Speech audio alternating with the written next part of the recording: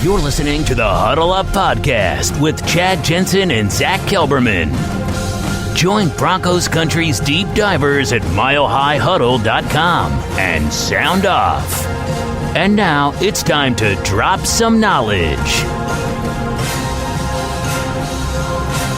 Okay, we are live, but we have to let this stream breathe just for a few seconds. Make sure we're nice and stable. Welcome in, everybody, to the Huddle Up Podcast, presented, as always, by Mile High Huddle, powered by Overtime Media. I'm your host, Chad Jensen, and with me, as always, is my partner in crime, my fellow football priest, in a unique attire, combination of hat and T-shirt. But Zack Kelberman, why don't you show our great audience, our great community, this new T-shirt that you're rocking? We've plugged it before from the merch store, but show them how it looks.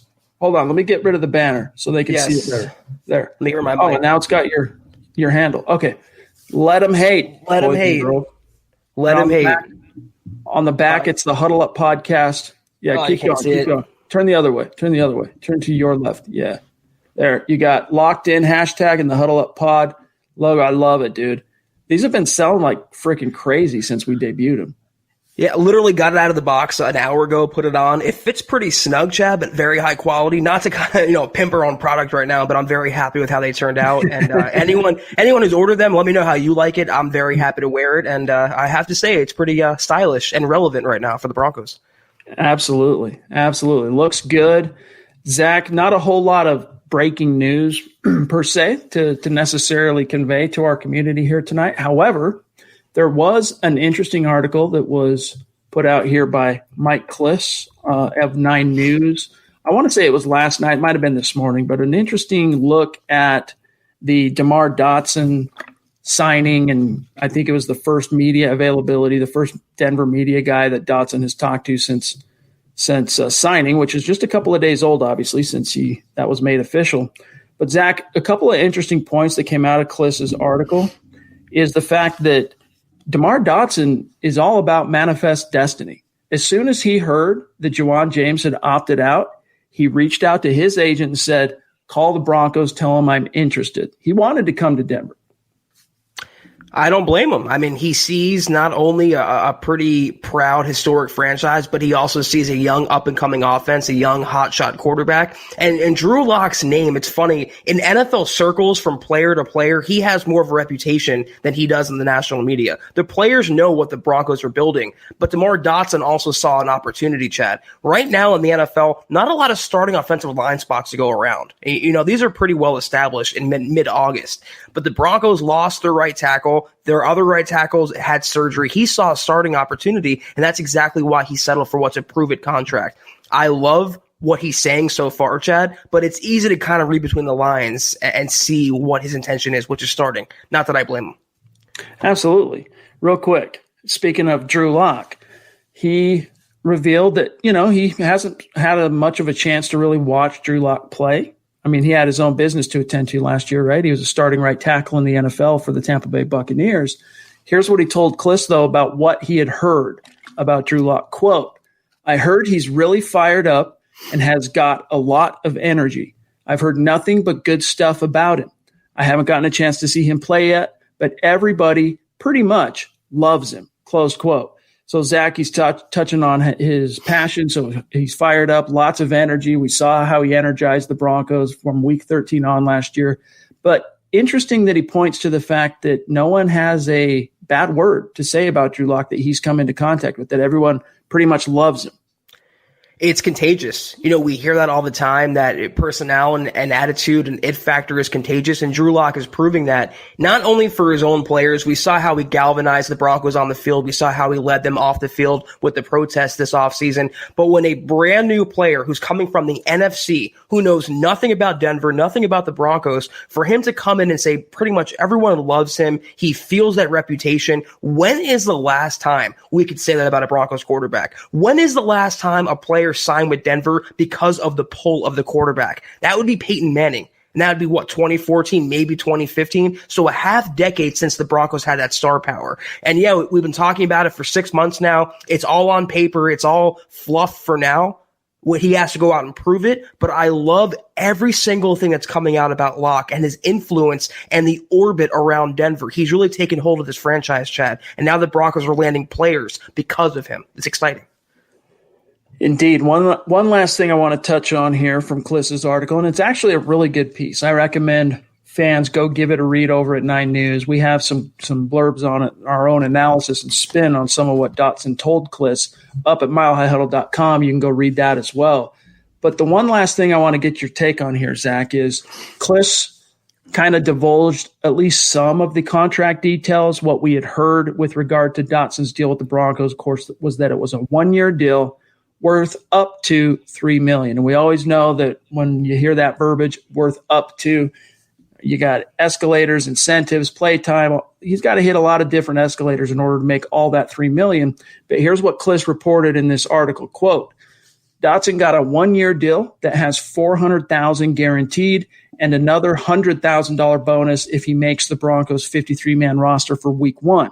He can make up to $3 million if he hits incentive thresholds. For now, the Broncos' plan is for Dotson to back up Elijah Wilkinson at right tackle and have Garrett Bowles start a 4th season at left tackle, close quote. Before I serve this over to you, Zach, I want to draw to your attention this fact. Last year, of course, Eli Wilkinson started 12 games at right tackle for the Broncos while James was injured. Meanwhile, Dotson started 15. Now, Wilkinson gave up 10 sacks, 32 pressures, was penalized 6 times last year in 12 starts. Dotson gave up 2 more pressures, according to Pro Football Focus, than Wilkinson did, but only 5 sacks, and he started, of course, 3 more games than Wilkinson did. So to me, if I'm the Broncos, obviously there's a reason why Wilkinson wasn't my penciled-in starter at right tackle to open up the summer, and it took Juwan James opting out to vault him forward.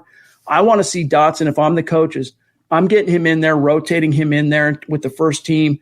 Yeah. Between he and Elijah Wilkinson, splitting snaps, splitting reps, I should say, ASAP, and then just let the best man win. Let the chips fall.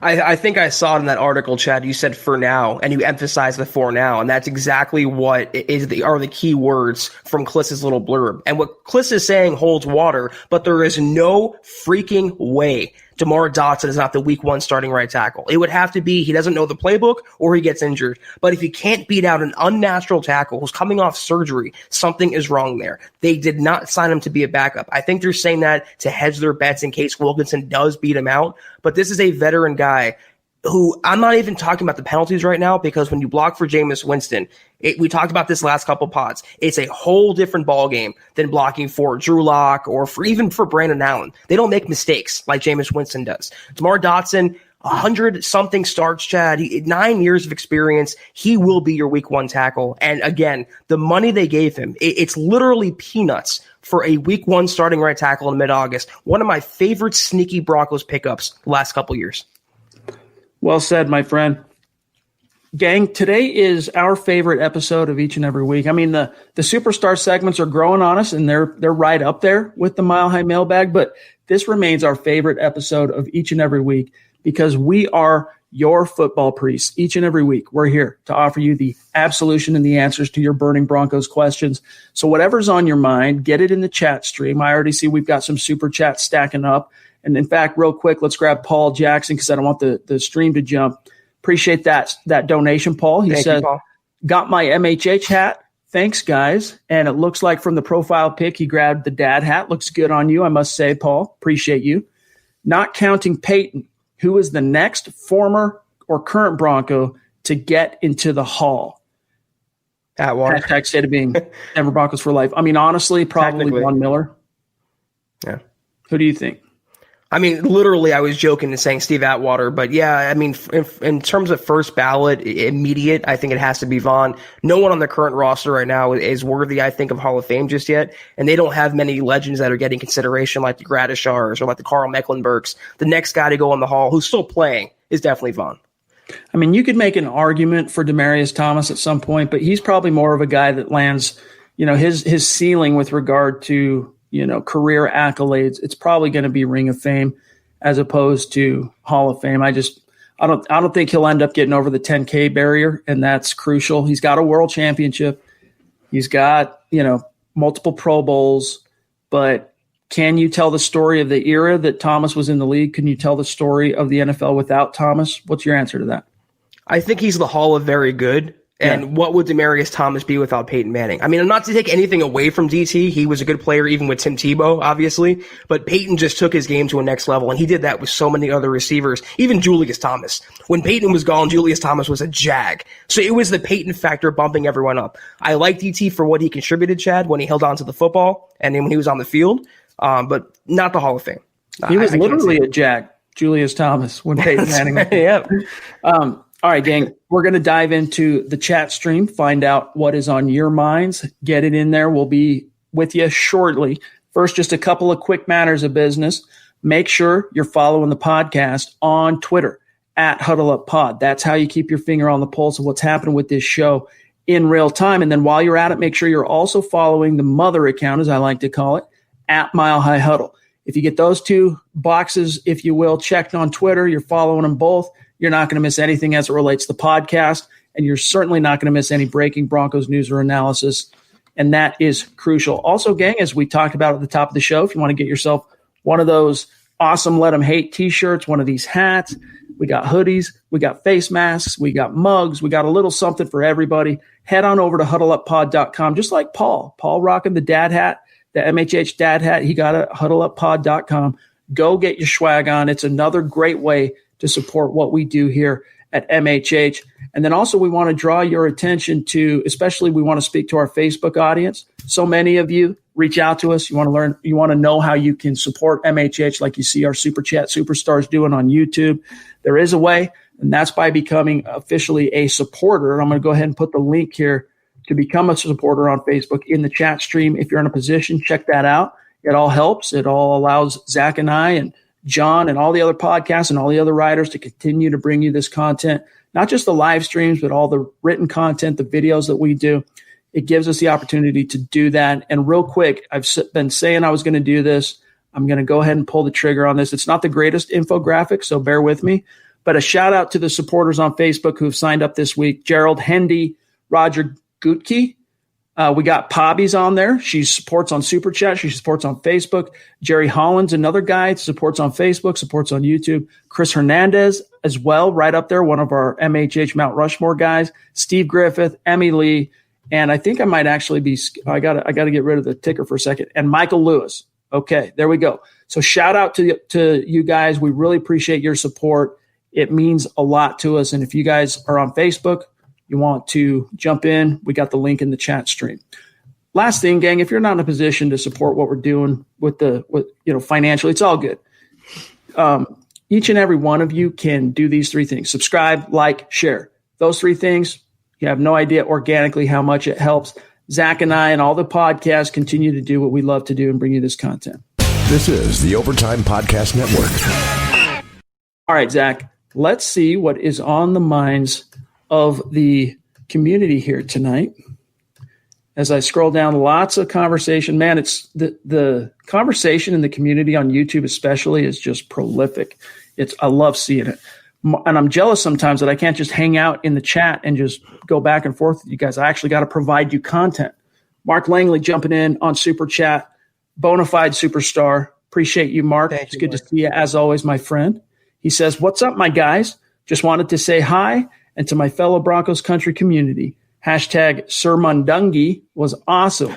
The Wiz, hashtag Football Priest, hashtag MHH, hashtag Huddle Up Pod." He was, man. Mundungus came on, and he even had a little flair. He had, he had the wand, and I mean, it was good. We look forward to getting him back on the show in the near future. Really down to earth guy, and obviously big time Broncos fan, big time supporter of MHH. Wizards and Priest chat. I mean, out of context, no one would know this is a football podcast. It's so amazing the little inside jokes we have with our listeners. Tomorrow is the real beginning of training camp, Friday the 14th. And what I mean by that is, even though they've all the rookies, the quarterbacks, the veterans, they've all been at Dove Valley. They've been separated by different protocols, and mostly it's when the rookies, the quarterbacks, the punters, and the injured people, specialists, When they're on the field, the other guys have to be in the building. Or that's how it's been up to this point, and so on, and reverse order. When Von Miller and Jarrell Casey, when they're out on the grass, Drew Locke and those guys are in the building. Well, they're all coming together tomorrow. They're going to have helmets on. They're going to have shells on.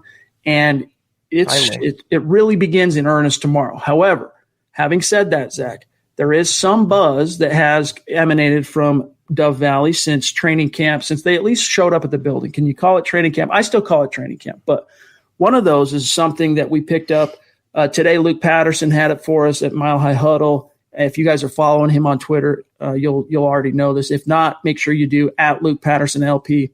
But he said that Albert Okwuegbunam, Okwuegbunam, that's what it is. Okwuegbunam. One of these Albert O, let's say, has been flashing in training camp up to this point. Zach, how much do you read into that? Is there been enough real football activity to even read into that at all? No.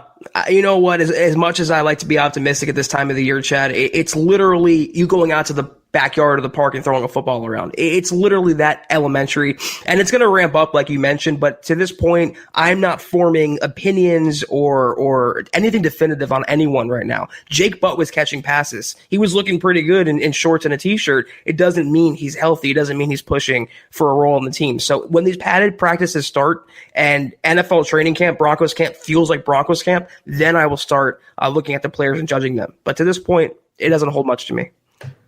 It's good to see him out there on the grass running around, but that's about it. They're mostly throwing to air. They're mostly – I mean, I have seen some clips of a few individual drills. Like on the rookie side, I've seen a few clips of like Michael Ojemudia guard the rookie corner, guarding in coverage, going up against a wide receiver and then trying to, bat the ball down or whatever. But it really goes into full action tomorrow. And from there, Zach, we're going to have – at least a little bit better view of what's happening at training camp, because the Broncos announced today on Thursday that they're debuting a new show called Training Camp Live. Sounds exciting, right? But it's going to be hosted by Steve Atwater.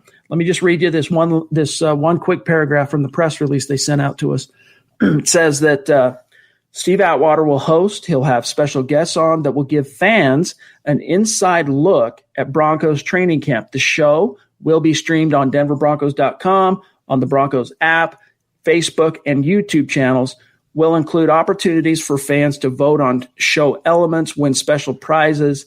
The program will debut with 2 early access editions on Friday and Sunday as the team holds a pair of practices to begin camp.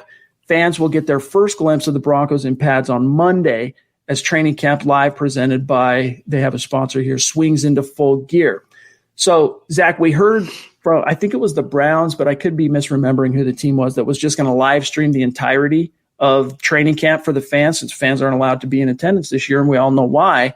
I guess for the Broncos, we were hoping that they would do something similar. This is their version, a 1-hour live stream. I'm sure they'll show – hopefully they'll have a window going and where you can just watch what's happening on screen. Fans can see that while the talking heads do their thing. You know what? After what we've been through this offseason, literally having no sports, no practice, no preseason, I'll take anything we can get right now. Literally anything, any update, any video, any report from camp, I will be happy with. So as long as football is back and being played and being reported on and we get to cover it, I'm a happy camper. And for what it's worth, gang, if you head on over to milehighhuddle.com, in the community section, there is a post that details what this new show is going to be based on what we learned from the press release. Go check that out when you get some time. Jordan Bricky jumping in with a super chat. Really appreciate that, my friend, the support. Welcome. And a name we don't recognize, as we can learn here in what he says.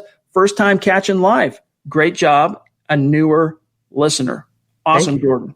That's a very unique way to spell the name Jordan, by the way. Zach, I've never quite seen it spelled out in that way. Very unique.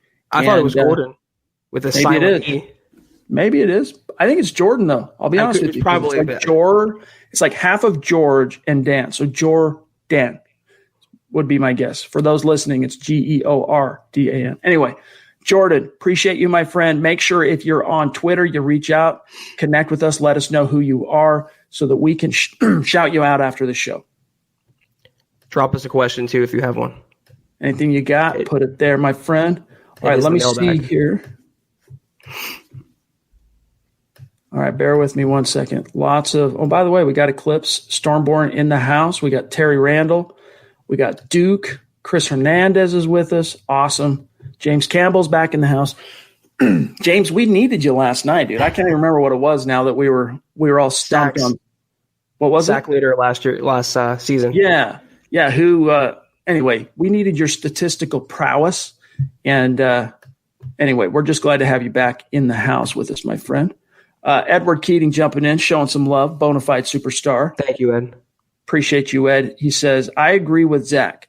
Dotson will be the week 1 starter. Hashtag state of being Denver Broncos for life. You know what's weird about that? You say follow the money. Technically, Elijah Wilkinson is guaranteed more dollars this year than Dotson is as a restricted free agent. Just goes to show you the steal they got in Dotson. And is there anyone who doesn't agree? Is there anyone who thinks Wilkinson is going to be the week 1 right tackle? Let me know in the comments, guys, if there's any Wilkinson fan out there who thinks he's going to start over Dotson. We got the queen of MHH in the house as well. And she says, just got done with the kids' math. The struggle is real. A lot of, in different parts of the country, kids went back to school starting today in some parts of the country. So anyway, if you are parents out there, we feel your pain. I feel your pain. I know what it's like. But good to have you in the house with us here, Christy. All right, let's see what else we got here. Joe wants to know on Facebook, what about Rod Smith for the Hall of Fame? Now, Zach, as I've talked about on this podcast many times before, it is my humble opinion that the Gradishars and the Mecklenburgs, we've mentioned them, even Louis Wright, the original shutdown corner, the guy that the term shutdown corner was coined for. They all have, in my estimation, a bulletproof claim for the Hall of Fame. But Rod Smith is another guy who there is no argument that anyone has ever made that I've heard that actually makes sense, that I go, oh, yeah, you're right. He probably doesn't deserve to be in the Hall. He does. He's a former undrafted guy who got over 10,000 yards receiving and won 2 Super Bowls, went to multiple Pro Bowls, had some All-Pro selections too on his resume. Rod Smith is a testament of achievement of what a guy, I mean, talk about small school, switching positions, going from a college quarterback to playing wide receiver, having to catch on by playing special teams and just being the grunt, to within 2 or 3 years working his way up to being a Hall of Fame quarterback's number 1 wide receiver, and then going on to winning multiple Super Bowls and all the accolades.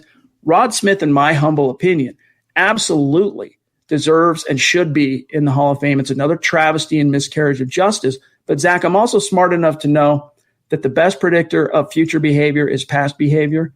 And Rod Smith's name never gets mentioned by the voters and never gets put into the circulation for consideration. He's probably never going to be in the Hall of Fame, but he deserves it, in my opinion. And you know what? I would put him in a second over Demaryius Thomas. He is for sure a Hall of Fame caliber wide receiver. And the point that you mentioned, Chad, being John Elway's sidekick, just having that clout alone, you can argue, and actually it's true that Demaryius Thomas wasn't Peyton Manning's best receiver he had in his career. You can make the argument that Rod Smith was John Elway's best receiver. So he definitely should be in the Hall. And like you said, I don't know if he's going to get in because of the Broncos' bias. If it took Pat Bowlen this long, Charles Davis this long, what's to say for Rod Smith? But he absolutely should be. That's another Broncos snub, right up there with Mecklenburg and Gradishar. This is the Overtime Podcast Network. One of our Facebook supporters, Roger, hopefully I pronounced your last name correct, my friend Gutke, has an interesting question, Zach. He says, if you could bring back a former Denver Bronco, but a former Bronco who's still playing, if you could bring him back, who would it be and why? Shaq Barrett, off the top of my head. Boom. I can't think of, I mean, he had 19 sacks last year? I mean, he was never unleashed the right way in Denver, Chad, and we saw what he can do last year in the starting role. It's one guy on top of my head. That's a good pick, although I'll tell you, I think it took the right circumstances and a change of scenery for the switch to fully get flipped on Shaq Barrett, because he received a fair opportunity to start. Like he started a fair number of games, even though he was never the incumbent. He was never really considered the guy by the team anyway that was expected to carry the load. In terms of, if Bradley Chubb's healthy, for example, the Broncos absolutely are going to give him every opportunity to be the starter. Von Miller, same. DeMarcus Ware, the same when he was here. Barrett never received that level benefit of the doubt, but he received plenty of opportunities to actually start to where if it was going to happen for him in Denver, it would have happened. For whatever reason, it took a change of scenery. And sometimes, Zach, you see that happen with players in the NFL. Yes. They have a modest level of success and whatever, but they change scenery and all of a sudden, boom, stratosphere. A couple quarterbacks as well, Chad. Kyle Sloter and Chad Kelly. Wouldn't mind them coming back in the fold. Yeah, Chad Kelly, though. Vacuum cleaners. Let's keep them away from Chad Kelly. You just got to hope Chad Kelly doesn't maybe have a warrant out for. Hopefully, he paid those tickets. Yeah. I don't know if he's paid his debt to society yet for that. Oh but man! Either way, yeah. What a weird situation. Thanks for the question, Roger. By the way, really interesting question. Yeah. Eclipse Stormborn says I would vote for my good acquaintance Ashley Lilly for the Hall of Fame. Maybe that's based on your acquaintance with him. Lilly was he had one or two really good years as a Bronco. I want to say, but he only had 1,000-yard receiving season. I might be wrong on that. He and Rod Smith, actually, the year he went over 1,000, Ashley Lilly in Denver, Rod Smith went over 1,000 as well. That was a Jake Plummer season. Let me check this out real quick. Now I'm curious. I thought he was going to be so good in the NFL when he was drafted, Lilly. So, yes, Lilly had 1,000-yard season, and it was by the skin of his teeth, 1,084 yards on 54 receptions. But his average, he actually had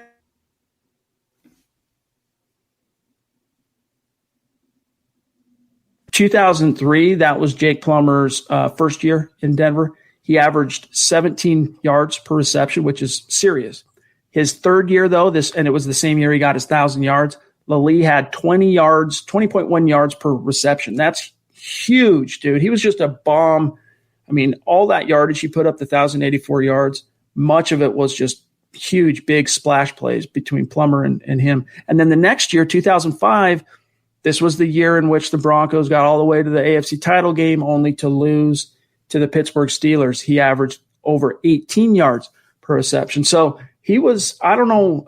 Look, I liked Ashley Lilly, don't get me wrong, but I don't even think you could say he was in the hall of the very good, like you could say about Demaryius Thomas. He just didn't sustain the production. Now, he was a Hall of Fame dude in terms of he was a great guy and he was a great teammate and he was loved in Denver, but the production just wasn't there and he didn't sustain it. Right. Yeah. The Hall of, of hype, Hall of Fame hype. That's what Lilly could fall into. But Hall of Fame, very, very short of that. And like I said, when he was drafted, he had all this expectation and upside. I thought he was going to be a Pro Bowler right off the bat. It just never materialized for him. We got Jess, CO13 Sports jumping in on Super Chat. Really appreciate Thank that, you. Jess. Best offensive weapon this year, Judy, Sutton, or Lindsey? Who? Who do you think is going to be the most potent weapon when it's all said and done? I would throw in Gordon as a possibility. I would throw in Hamler and Fant as a possibility. When it's all said and done, who ends up being that bona fide stud for the Broncos? I mean, there are three different players, so it's hard to choose, one uniform guy. I'm going to keep rocking with Cortland Sutton, though. Again, he's already established. Jerry Judy has to prove himself. Cortland Sutton will be a 1,200, 1,300-yard receiver this season. 12 touchdowns, Pro Bowl. He's going to have the biggest impact because he can work not only in the red zone, but on any point of the field, 80-20 balls. He has the chemistry down with Drew Locke already. I think he's going to be the best weapon and the most impactful weapon for Drew Locke this season. John, do you have Derek's super chat? Because mine did a jump. Thank you. Derek Green jumping in, showing some serious generosity. Appreciate you, my friend. Thank you. He says, hey, guys, as always, great to be a part of the pod. We've gotten the shirt you sent. We've gotten the shirt you sent. Soon as I'm off, we will send the picture. Okay, good. My question is, on both sides of the ball, what would stop us from being top 5 in both? On both sides of the ball, what would stop the Broncos from being top 5? Zach, I'll take offense. You take defense. If anything were to stop the Broncos from being top 5 unit this year, what would it be? Themselves. I mean, that's the Broncos' worst enemy is themselves. I mean, they have the talent and the coaching. To answer the question, literally, it'd be an injury. But if they all stay healthy, I mean, look at the talent, Chad, on every single level. Defensive line, linebackers, secondary. I'm not worried about the cornerbacks too much, the safeties. It would take an injury or just a catastrophic step back in a Fangio scheme in year 2 for that to happen. I don't see it. Yeah, I don't either. On the offensive side, well, I got to say something to John real quick. Terry's the next one that I have available to me, just so you know, John.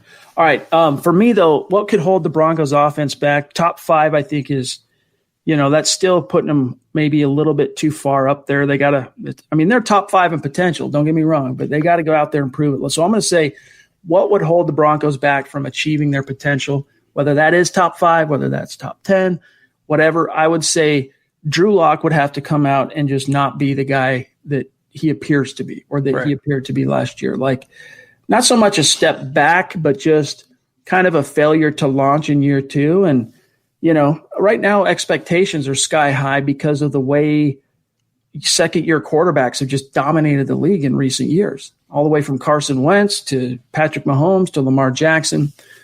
But there have been instances of quarterbacks who play well as rookies. They come back around the second year. They don't do as hot. They're still rolling with the punches, going through the trial and error learning curve. And then they come back in year 3, and that's where it really kicks into gear for them. I don't think that'll be the case for Drew Locke because the Broncos have really greased the wheels in this case, not only on the coaching side, getting Pat Shurmur and Mike Shula, but really stocking the shelves and building that nest. So for me, it would really be Zach. Drew Locke would have to super struggle in 2020 for this offense to not live up to its potential.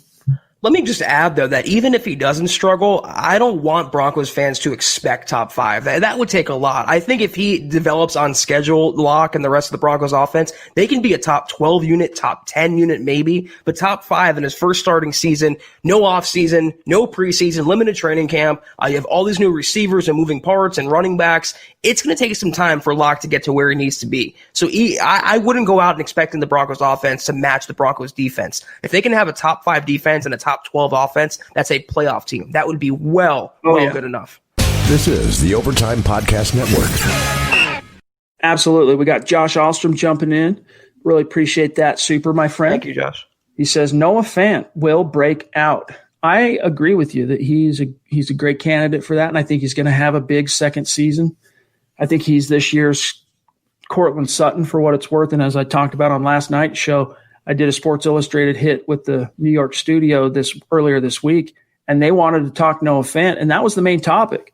He's kind of a sleeper option for fantasy owners who are trying to find, a tight end 1 level production, maybe a little bit later in the fantasy drafts. And Fant's a good option for that because, Zach, he's going to see a lot of snaps. So as long as he stays healthy, and that's not really a concern with Fant, he's never struggled with the injury bug really in his collegiate and pro career. As long as he stays healthy, those reps, those looks, those targets are going to come, and thus the production. So I don't have any doubt that Fant's going to have a very, very productive second year. Yeah, I don't see George Kittle this year or Travis Kelce this year, but with Pat Shurmur, even with him not utilizing a tight end, just Fant's draft status alone, the Broncos are going to try to get return on that investment. They didn't get much last year. Tight ends take a long time to develop. It's just a tough position to translate from college to the pros. Fant has we saw it in glimpses last year against the Browns, second half of the season. He gives Locke that Gronkian, and I'm exaggerating, yes, but he has that Gronkian kind of mentality to him. He in the red zone, especially the way he catches between defenders and uses his body to shield people. He has that upside if he gets there. I don't know about 1,000-yard year, but definitely more so on a whole national scale. Noah Fant will be a more impactful player this season. I think he's going to finish somewhere close to 800 yards receiving. That's my bet this year. I can see it. Bet. All right. We also got Dylan Dubb jumping in. Really appreciate you, Dylan. Thank you, Dylan. He says, I always listen on Spotify. Thanks for giving me my football fix at work. This D-line is going to be great. Mark my words, #state of being in Iowa. I wonder if Dylan was affected by that weird power outage that Nick Kendall was affected by, some massive storm that knocked out power. I haven't talked to Nick for a couple of days, but when I talked to him on Tuesday, of course, he couldn't go on building the Broncos on Tuesday because of this storm knocked out all power. He said it could last a week. So, Dylan, I wonder if you're in that same neck of the woods there in Iowa. But I think it's really cool, Zach, as we talk about on the show. We love hearing how people listen, how they work us into their routines. And so, Dylan, welcome, and we appreciate you sharing that with us. And as far as the D-line, it does. I mean, that has I think, honestly, unless Chubb doesn't – I mean, what's the strength of the defense? I would say the edge and the defensive line. If I had to pick between the two, I would say probably the defensive line, the depth, just because the depth is better. But, man, up front, the Broncos should be able to really control the line of scrimmage. Yeah, and real quick, in terms of losing power, there's nothing worse than that because I hate losing air conditioning. I can deal with no TV, no internet, but when I lose air conditioning, I'm a different person. In terms of the defense, I agree with this comment. We talked about it yesterday being a towering strength of Denver. We got a comment about that, and it's absolutely true. If not for quarterback and the offense and Judy and those weapons, I'm most excited to see the defensive line. Jarrell Casey, Shelby Harris coming back this year. You have Draymond Jones in a bigger role. Christian Covington, who they picked up. If DeMarcus Walker hangs around, they are so deep. Ajim is going to contribute. They are so deep. And Purcell as the nose tackle. I am so excited to see what they do, not only for the havoc they create and the penetration, but how they free up the edge rushers, Chad, and how it affects Von Miller and Bradley Chubb. Symbiotic, the relationship, it goes hand in hand. They need each other. Yep. Terry Randall, north of the 49th parallel, proving, as always, the Broncos country is not a geographic location, y'all. It's a state of being. You know this. Terry, appreciate you, my friend. Thank you, Terry. It's good to have you in the stream. As always, my brother, thanks for everything you contribute to this community. Really appreciate you, my man. All right, let's see what else we've got here. See if any of our – yeah, Bobby, man, he's digging the hat tonight, Zach. He's digging your swag. Appreciate it. I like it too. Let's grab this extremely generous super chat from Mark Lane, who just from the top rope, as he is wont to do. He does this time to time, just shows extreme generosity. And, we love you, Mark, and we appreciate you, my friend. And hopefully you can still hang in the stream. I know that you'll listen after the fact. Sometimes you'll be in early in the stream and then you got to go out or whatever. But hopefully you hear this. If you're not with us live, you hear this down the road and you know how much we appreciate you, my man. He just says you all have a good night and just dropping some knowledge on us there, Zach, and some love. Mark, this one's for you. Toilet bowls. Appreciate you so much. Thank you. # toilet bowls. Miss you, Mark. All right. Also, BG, as we like to call him, Brian Greenfield, jumping in, showing some love on Super Chat. Thank you, Brian. You are the man. All right. Guys, we're reaching that point where we've all been talking about these what-if topics for 3-4 months. What's going to happen here? What's going to happen there with the Broncos?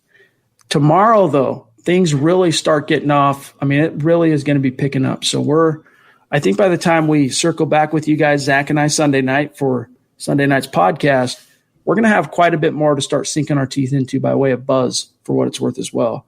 BG, you the man. Steve Griffith. Now, this is a guy, much love to you, Steve. He's one of these guys I've talked about before that he's a supporter on Facebook, and then he jumps on over to YouTube so that he can live super chat us live. I also saw, I think it was you, Steve, I'm pretty sure, on Facebook. Facebook's version for live streamers like us of super chat is something called stars. So if you're watching this live right now on Facebook, you can send money to the channel. You can send money to MHH by giving stars. And I saw that Steve has done that before. What I'm getting at here, Steve, is your support means a lot to us, my friend, and you're doing it across multiple channels, and it's just awesome. He says, what's up, Chad and Zach? Got to spread the love. Amped up for the official start of training camp, # Denver Broncos for life, and state of being. Got to love that passion, Zach. You and me both, Steve. I'm so happy after the last 4 months, what we've been through and having nothing and just getting football back and having normalcy is the most important thing. And, we love football here, Chad, completely. Jordan says we were correct about the pronunciation. Very nice. Appreciate that clarification, my dog. Our friend Adon, he goes by a 6'10" Mexican on YouTube, jumping in on Super Chat. Appreciate you, my friend. If you could choose Elway's successor, who would you choose? # state of being, # Broncos Talk. That's right, gang. He's got his podcast. Don't forget to check it out when you get some time. If you could choose Elway's successor, Zach, who would you choose? Matt Russell. I mean, who else could it really be? Peyton. Fans are going to want you to say Peyton Manning. Well, yeah, but realistically, it's Matt Russell. A few years ago, I would have said Adam Peters, the director of personnel. He went to the Niners, but Matt Russell is being groomed for the job. And you know what? The Broncos drafting has been on point the last 3 years. So if it does transition that way, I think they're in pretty decent hands. Jeremy, what's up, my friend? Good to see you on Facebook. I mean, honestly, I know fans want Peyton Manning to, it sounds good, and everything Peyton's touched traditionally turns to gold and all that. But the one thing that you got to give John Elway is that he paid some dues as a football guy, as a personnel guy, as a shot caller on the football side in the Arena League, which, it's small potatoes compared to the NFL in terms of the stakes, in terms of the level of athletes. All the best football athletes are playing in the NFL. So it's kind of a second, if not third level of talent that he was dealing with the Colorado Crush. But he had that experience, plus his 16 years in the league, helped inform him so that when he did arrive as at the time, VP of football operations, he didn't become the GM till after the 2012 free agent period. They fired Brian Zanders. Then he took that mantle of GM, took some time to learn on the job a little bit, just kind of the routine and how it goes. And so Peyton Manning, my bet, Zach, is that he would be, if he ever chose to get into that side of things, to the personnel side and football management, my bet is that he'd have a little learning curve, but he would ultimately find some modicum of success. But that doesn't necessarily mean he would be the best man to succeed John Elway, although I could totally see it happening, to be honest with you. And I could see Elway orchestrating that himself. Like if he said, look, I'm getting up there, I don't want the grind. I want to still be the football president, or I want to be the top executive, but I want to be a little bit more hands-off with regard to management of the roster and free agents. Peyton, swoop in. You're the GM. You learn on the job. And then when I officially walk away from the team, you take my job. Then what happens, though, when Peyton, the GM, outshines John Elway, the president? I think Elway's ego is too big for him to have anyone in the building who can overshadow him. And the reason why my brain didn't even think of Peyton is I don't believe he's going to get into the GM ranks in the NFL. If he's going to come back to the sport, it's going to be as an owner or a part owner or something really high level. I don't see Peyton doing the day-to-day grind of being a general manager. He would kill it. He is one of the most, if not the most, football-savvy people on the planet, player, whatever. He would be a great general manager. I just don't see him doing that. I think if he wanted to, he would have dipped his toe in by now, Chad. Look, based on what we've heard of Peyton Manning's interest post-football, the one that seems to have the most substance to it is the ownership side. Yeah. He's had opportunities to come in on front offices across the league. He's had opportunities to call games and be a Monday Night Football guy making tens of millions of dollars for the networks. But he flirts with the idea but doesn't quite jump in with both feet because, as Zach said, I think you're right on that. He's either just looking for the perfect opportunity on the personnel side or he wants to be an owner. But it takes some serious scratch to even gin up the type of ownership, even to put together a group that can buy an NFL team, let alone one individual guy. Now, Peyton Manning, he made so much money in the NFL. How many $100 million contracts did that dude play out? At least 3, plus all of his endorsements. So, he's got some scratch, and I'm sure he's a pretty relatively savvy investor. He's probably a guy that's pretty dang good with money, just based on what we know about Peyton. But still, man, I think that there's a reason why he hasn't dived in yet to the personnel side. Well, I mean, Patrick Mahomes, didn't he just buy the Royals, or isn't he some part, in a group? He's part owner. He joined that ownership group. Derek Jeter did it with the Marlins. I mean, it can be done, and Peyton Manning is on the same level as a Derek Jeter. With money-wise, career-wise, star-wise, I think if he wants to, he could do it. But GM, offensive coordinator, head coach, I just don't see Peyton going back to that grind, Chad. We got Jordan jumping back in. Appreciate that, my friend. He says, thanks, guys. It's like Jordan. Gotcha. Brother is also a Geo name. As he mentioned, it's Jeff. Who's your pick for a surprise trade away from the team during the season, and who for the most disappointing? Let's reverse engineer that. Who's going to be the most disappointing Bronco, I guess, this year. I think that's what he's asking. You guys know where I'm going with that. I hate to say it. Toilet? No, I just don't think Melvin Gordon is going to be the $16 million running back. I don't think he's going to live up to the money or the billing or what he's hyping himself to be. That's my answer for that. Or Bowles, either or. When's the last time, and I'm being sincere here, if I'm missing something, I'm really asking you guys, when's the last time a running back played out his rookie deal, went and took a top of the market kind of offer somewhere, and then went and crushed it with that team? Usually the running backs who have success with the second or third team are guys that had modest success with the first team, and then they have to kind of bounce around a little. Then the right opportunity comes, and boom, you're thinking, how did that other team ever let that guy go? I'm trying to think off the top of my head. Maybe we need a guy like James Campbell, or maybe Buona Beast knows an answer to that. But I'm inclined to agree with you that, I think the Broncos are, if you hang your hat completely on Melvin Gordon being the truth and the guy carrying the torch for this offense, I think you're destined to be disappointed. I don't think he's going to justify that contract. I really don't. That's just too much for, especially when you got Philip Lindsay, dude, who's just a force to be reckoned with. We'll see. Who's the pick to be traded away, a surprise trade away? You just said him. I don't want it to happen, but they're not paying him. They signed a running back over him. I literally could see Elway shipping Philip Lindsay away. I would hate it, but I could see it happening. Man, that would be I think, more of a dagger to the heart of Broncos country than the Clinton Portis, because at least with Clinton Portis, they knew, even fans who weren't super familiar with Champ Bailey, they at least knew when they read an article, okay, Champ Bailey, he's a Pro Bowler. He's an all-pro corner. Like, he's up there. Okay, that's all right. But still, so many fans were heartbroken over Clinton Portis getting traded out of the blue, for what it's worth. I think this would be even more of a dagger to the heart if you're, this fantasy idea of a surprise guy getting traded away. If that came to be true and it happened to be Philip Lindsay, it would be crushing. Yeah, I don't think it's going to happen. I think Lindsay's going to make it really hard for the Broncos to do that. But Elway, he's not committed to him. He showed that multiple times this offseason, and maybe try to get something for him before he hits the unrestricted market, free agent market next offseason. You never know. For what it's worth, he's restricted next year, then unrestricted in 2022 is Philip Lindsay. So the Broncos have control over him this year and next year, which actually coincides exactly with the timeline, of course, that they've tied themselves to Melvin Gordon. And by the way, we've got one of our MHH Mount Rushmore members jumping in, showing some love on Super Chat. Gio, a.k.a. George. I guess it's George, a.k.a. Gio. Thank you, George. Appreciate you, my friend. Good to have you in the stream. He says, I'm at work, thought I'd show some love, and I absolutely love the Let 'Em Hate shirt. Awesome, dude. Thank you. Yeah. Hey, credit Zach. That was Zach's inspiration and design there. I can't take any credit for that.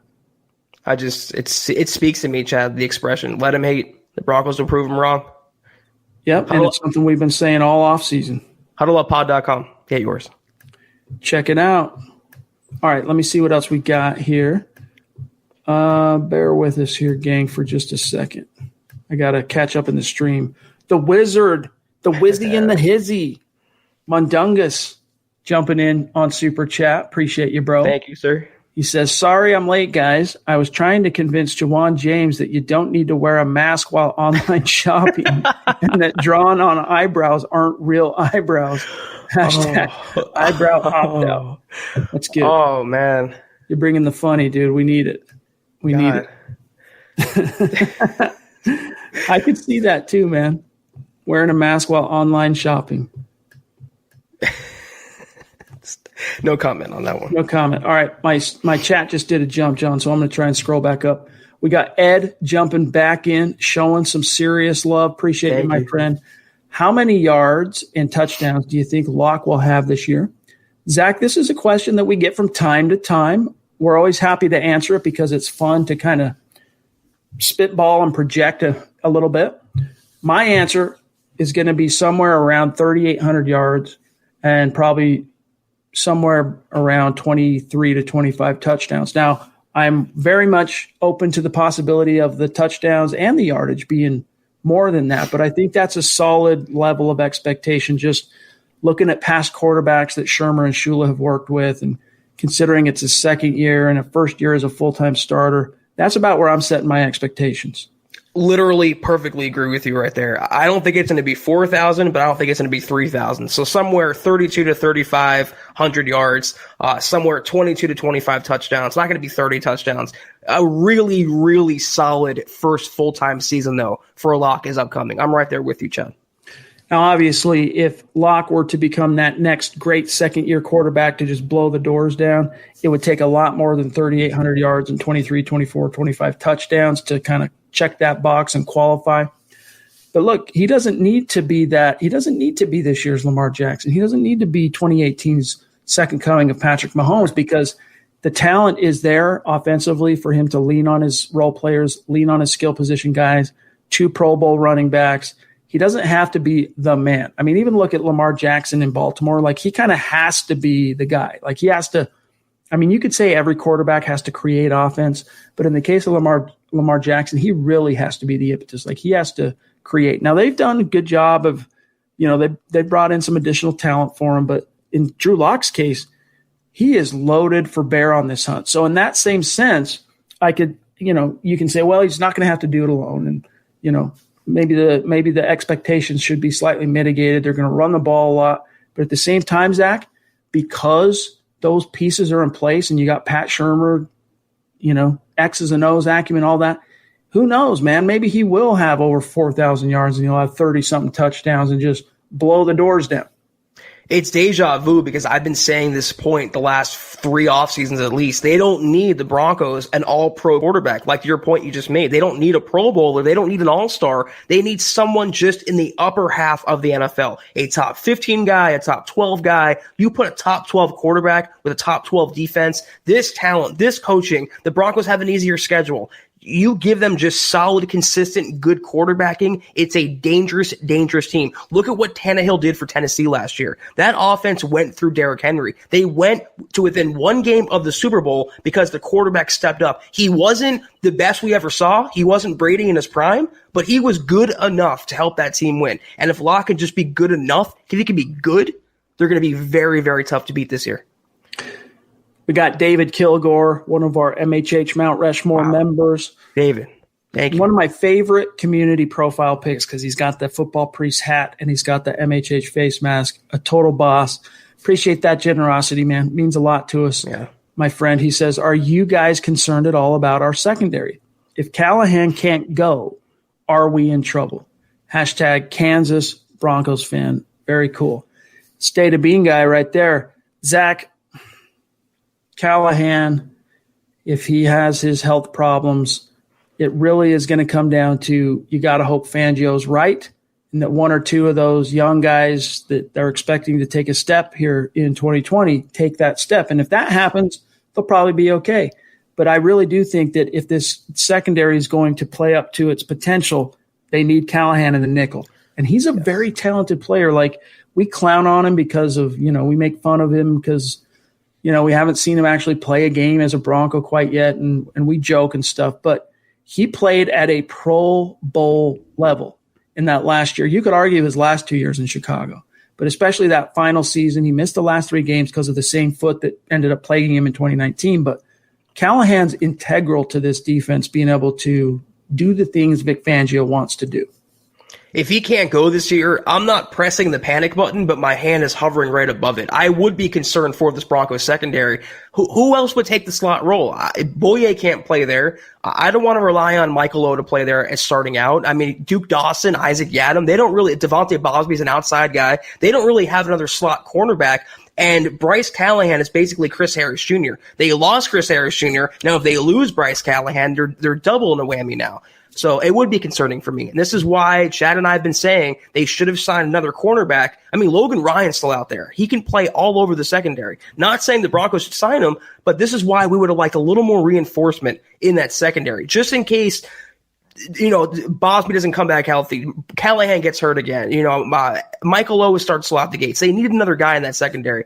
Callahan should be healthy. He gets hurt again, though. It could be some problems back there. All right, we got Mike Evans, bona fide superstar, consistent as the day is long, does not miss a podcast, does not miss a live stream. Appreciate you, Mike, and we look forward to talking to you on Sunday night. As we mentioned on last night's show, next week is going to be the first time and probably the only time that we're going to have 2 superstar segments in the same week. So Mike's going to join us Sunday, and then Zachary's Web Designs, as you guys know him, is going to join us on Wednesday. So it's going to be a gas. But Mike, really appreciate you, my friend. He says, I'm feeling good about DeMar Dotson. I think he will be the week 3 starter, or did you mean to say the week 1? Week 3? Yeah, Tampa Bay. That's the Tampa Bay game. Because I could see Wilkinson getting destroyed by TJ Watt in week 2 against the Steelers, and then it would just precipitate that move. But I don't see it taking that long, obviously. Again, dude, I think based on his veteran experience, he's got 11 years in the league and 8 years as a starter, and a very unique backstory. Again, I suggest you guys, I recommend go read that piece that Mike Kliss had. Very interesting and illuminating. But, yeah, I would hope he gets to be the starter in week 3 because I'm pretty sure, let me pull up the schedule. I'm pretty sure that's the Tampa Bay Bucs game. Yeah. And, I mean, you want to be able to get excise whatever modest amount of revenge you can get for them not bringing you back to block for Tom Brady. I could see him getting yanked from week 1. The Titans defense against Wilkinson, his first game coming off surgery. I don't see him, if he starts, which I don't think he will, I don't see him lasting in that position for long, Chad. He's just literally not a starting tackle or a tackle at all. Yeah, and it is the Bucs coming to Denver week 3. All right, John, do you have Cameron, Duke, Zachary, and Ben? Those 4, the stream jumped me. I hope you have them. We got Cameron in the house, and this is another name that I don't recognize consistently on Super Chat. So welcome, Cameron. Welcome and thank you. Make sure you reach out and connect with us on Twitter so that we can shout you out after the show. That goes for all of our newer Super Chat superstars. He says, digging that swag.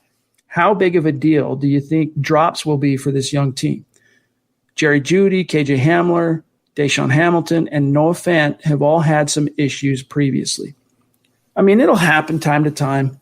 I don't foresee it being some plague. I don't think it's going to be something that is going to derail the Broncos by any stretch.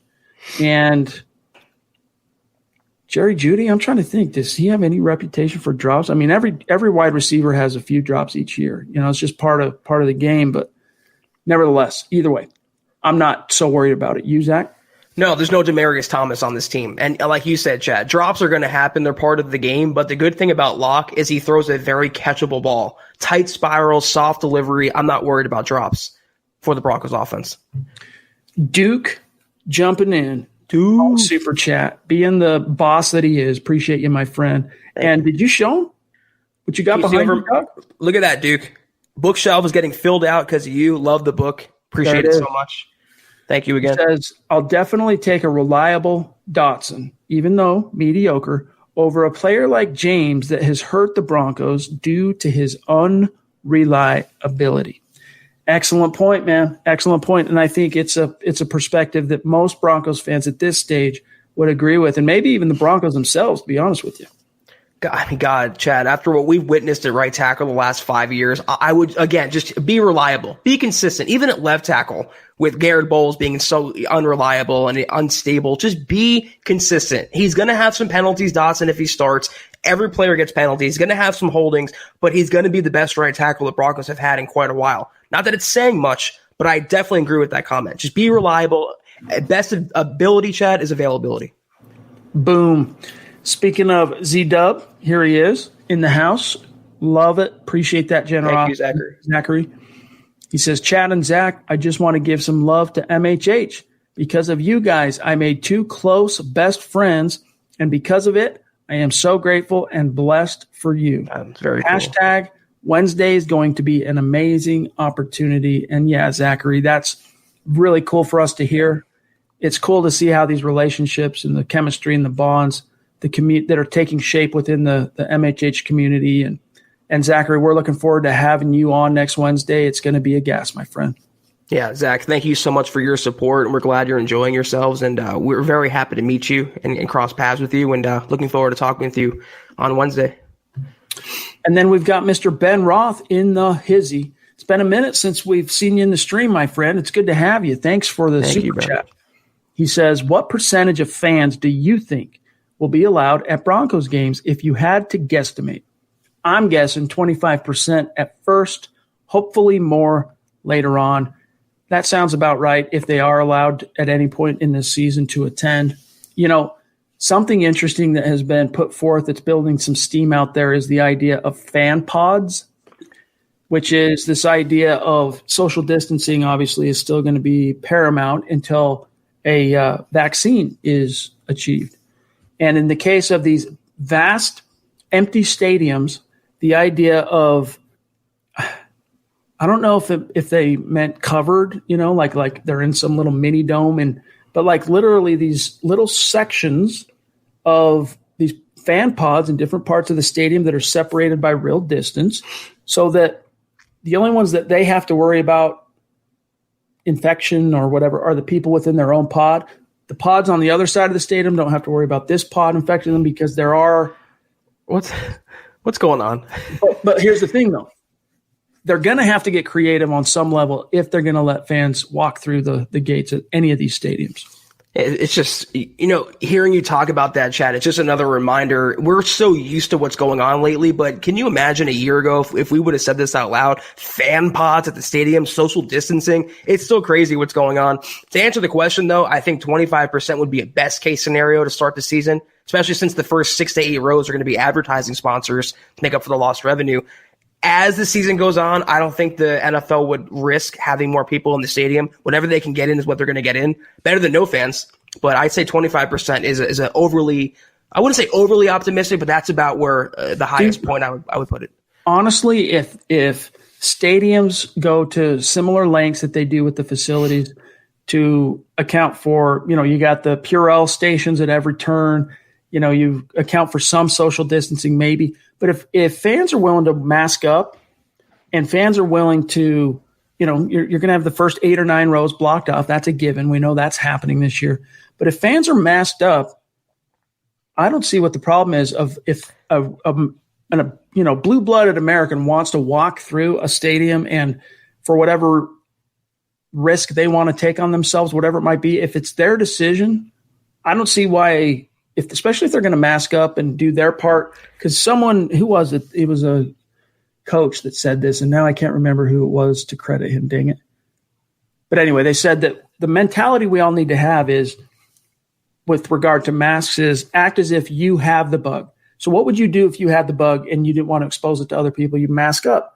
And if you have that mentality, instead of I don't want others to give it to me, so I'm going to wear a mask, if you have the mentality of I'm going to wear it so I don't give it to others, even though you don't have it, it's a more effective way of wearing the mask. But nevertheless, Zach, and I can't remember who said that, and it's bugging me now. But my point, though, I'm rambling a little bit. But Zach, my point here is if an American wants to walk into a stadium and take on the risk of getting in his car, well, you just took a risk because cars can be dangerous. It can be dangerous driving in traffic. All right, did that risk. Now I have the mental wherewithal to decide whether or not I want to go sit in a stadium and watch football with what's going on around me. I think they need to leave it up to the fans. I'll be honest with you. I think they should, within reason, maybe you don't give it a full capacity in terms of you got to have some kind of a social distancing guideline in place. But if fans want to go, dang it, let them go. Mask up.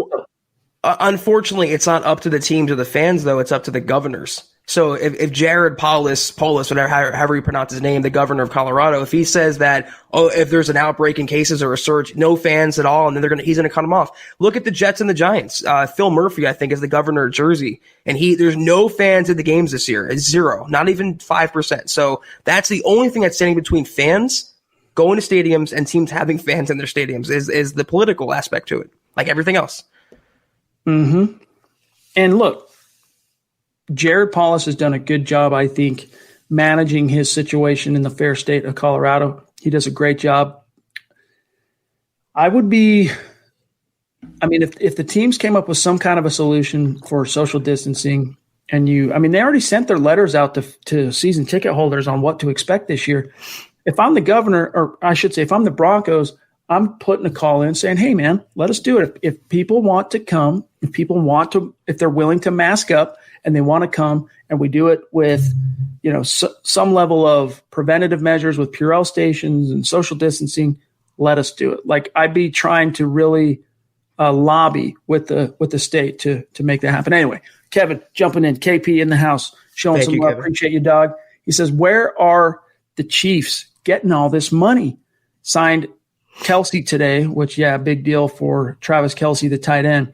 $14 million over 4 years today, and 95 to 15 to mega deals as well.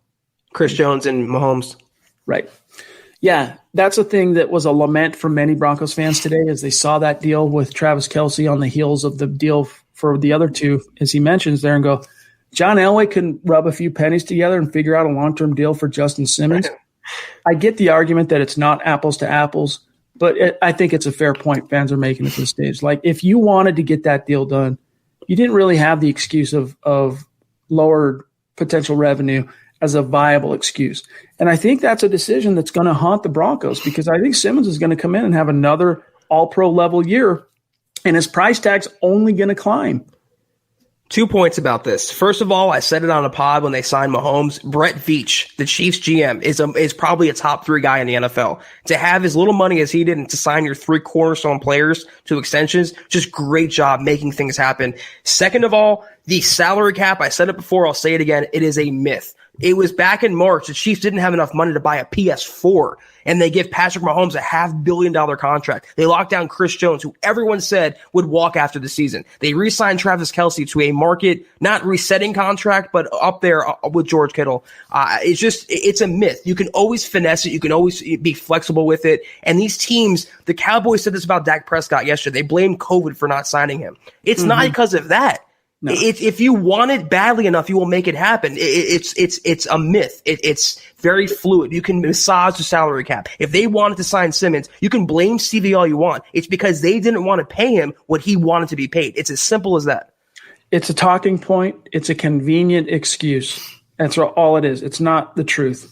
Right. Not that it doesn't play a role, but again, they're showing that where there's a will, there's a way. You can get so creative with deals. You can find places to defer the signing bonuses over this.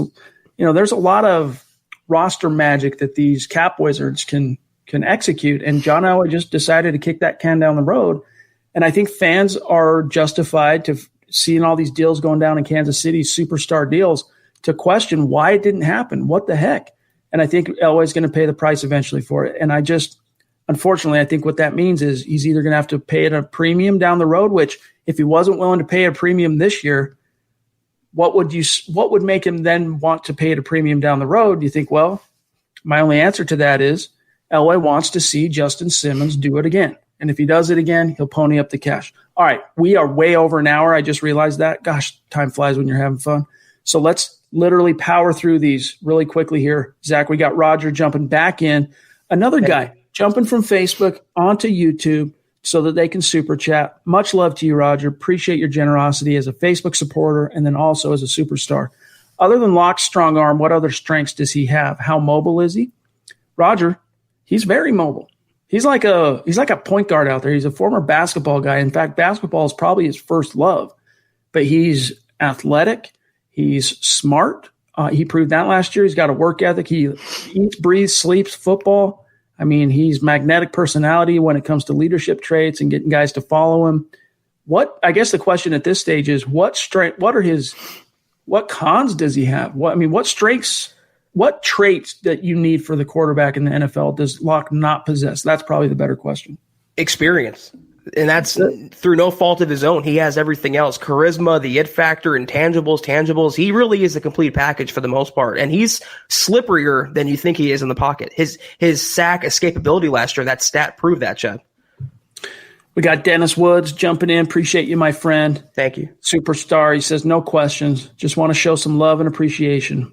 We appreciate that, Thank you, Dennis. my friend. Denver Broncos for life. And, of course, hashtag state of being from Michigan. Love you, Dennis. Appreciate you, bro. We got Richard Pasha jumping in, showing some love on Super Chat. Thank you. Can't wait to hear some live training camp analysis from Steve Atwater. And it looks like Locke is slinging it in all the highlight videos. Great show, as always, guys. Thank you, Richard. And, Richard, if you're on Twitter, reach out and connect so that we know who to shout out and tag after each show. Chris, with his reminder each and every show, supporting the cause on Super Chat. We love you, bro. And also reminding you guys, smash the like button. Click those little thumbs up, as he says. In fact, Zach, I think I weirded out Chris the other day. I was telling John this story. I was messaging Chris, and because as I mentioned, I think it was on last night's show. It might have been earlier. I botched the whole scheduling of August for the Superstar segments, and Chris was one of the, he was one of the collateral damaged in that scenario. And anyway, I was DMing him on Twitter. I'm like, we ended up getting it figured out what we were going to do, and I'm like, all right, man, I love you, bro. Later. And he's like, much love to you too, guy. Hey, Chris, Chris. Don't get weirded out by it.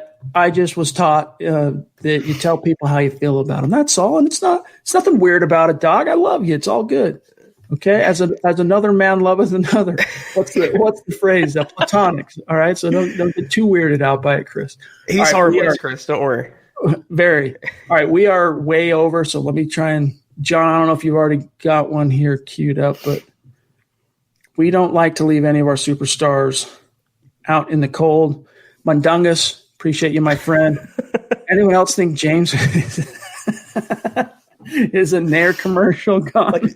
You got some on your eyebrows. It's like if you had a toddler that got into mom's Nair, and you come home or you come from around the corner, you've been in the kitchen and you've been in the bathroom and their hair's gone.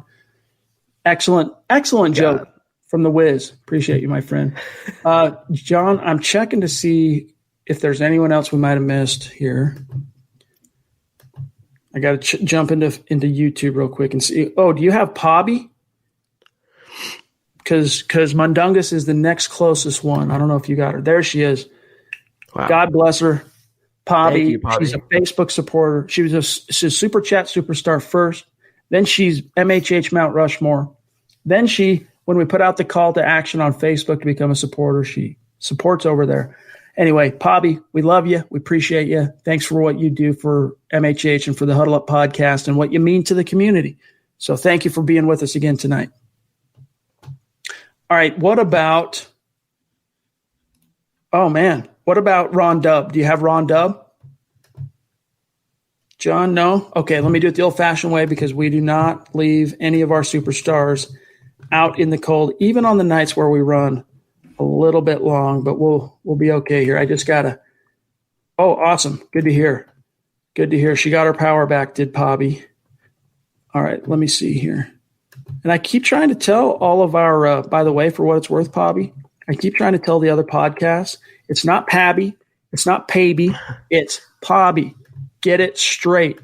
All right, here's Ron Dubb bringing the questions and the super chat love. Appreciate you, my friend. Another great question. Wow. Besides the Chiefs, which opponent's offense will give our defense the biggest challenge? Probably the Saints, to be honest with you. I mean, that's a good question. I wish we found it a little bit earlier in the pod. We could let our hair down, but if I'm being honest with you, it's Drew Brees and that Saints offense, Zach. Yeah, I'm thinking, not the Bills. I don't think the Buccaneers. The Steelers, I happen to think that Roethlisberger's going to have a really good season this year. A very well-coached team. Could give them some fits in week 2. Top of my head, though, yeah, I'm saying Drew Brees and the Saints. That's a Super Bowl caliber team. And I think in his final season, they're going to be very tough. Now they have Emmanuel Sanders, too, so revenge game. We also got Derek Green jumping back in to say, appreciate you, my friend, on Super Chat. Anyone know how much cap space the Chiefs really have? This is crazy. Now Travis Kelce going to be around forever. He's going to be around for at least the next 4 years, beyond 2020 anyway. So 5 years, I think, actually. But yeah, it's bizarre, man. It's, again, this is true in anything in life. Where there's a will, more often than not, there is a way. And the Chiefs are finding that way because they have the will. All right, we got Pobby, Mundungus, and then one more from Duke here I see, and I have access to that one. And then we're out for tonight. Appreciate you, Duke. Means a lot. He says, shout out to ZWD. Can't wait for Zachary's pod with y'all. Again, that's going to be next Wednesday, and we're looking forward to it as well. It's going to be a gas. But, gang, that's got to do it for tonight's episode of the Huddle Up podcast. Hold on. James here saying they're already 15 to 20 million over a 2021 cap of 175 million with the rollover. So if it ends up being The floor based on the new CBA is that the salary cap can go no lower than $175 million next year, regardless of what revenue does this year. So there's a chance it's going to be greater than 175, but that's the floor. And he says with the rollover, they're already 15 to 20 million over are the Chiefs in 2021, and they're going to have 37 pending free agents. Guys hitting exclusive rights and restricted free agency could easily add up to 10 million just in tenders. So eventually that Piper is going to have to get paid in Kansas City. But I mean, as you mentioned, Zach, Veach is a very creative and innovative GM. If I were a Chiefs fan, I wouldn't worry too much about it. But guys, we got to get out of here for tonight. Thanks to each and every one of you for joining us. Mile high salute to our Super Chat superstars and to our Facebook supporters. We love you guys. Here's where we go from here. Zach and I, we're off tomorrow night. We're off Saturday. But make sure you stick around and are on those live streams because you got Dove Valley Deep Divers Friday night, 6 to 7. And then you got Mile High Insiders Saturday, 6 to 7. And then Zach and I are going to be back in the saddle Sunday night, 6 to 7 Mountain Time. And we will have Mike with us. Mike Evans is going to be on the show that night with a superstar segment, and we are looking forward to it. But in the meantime, gang, make sure you are following my partner here, Zack Kelberman, on Twitter, at Kelberman NFL. You can follow me at Chad and Jensen. And then again, I tell you guys at the end of every show, make sure you're also following John Cronenberg on Twitter. It's at John K MHH, as we all know and love him, Buona Beast. He's a great Twitter follow. Trust me on that. And he's on top of all the news. Anything MHH is tweeting out there from content and news and analysis, he conveys that right on, and he's just a great follow. Trust on that. But guys, we got to get out of here for tonight. And again, shout out to each and every one of you for making the time. And we love talking with you, and the time flew by. We're already 16 minutes now, well over our allotted hour. So we got to get out of here. Zach, have a great weekend, bro. You too, Chad. Everyone else out there, great weekend. 2 Super Chat segments coming up, Superstar segments. We got padded practices starting. I'm getting excited, Chad. Football season. It's on, y'all. It is on. Jerry, good to see you, my dog. All right, we got to get out of here. For Zach Kelberman, I'm Chad Jensen. We'll see you Sunday night, 6 p.m. Mountain, 8 p.m. Eastern. You've been listening to the Huddle Up Podcast. Join Broncos Country's deep divers at milehighhuddle.com to keep the conversation going.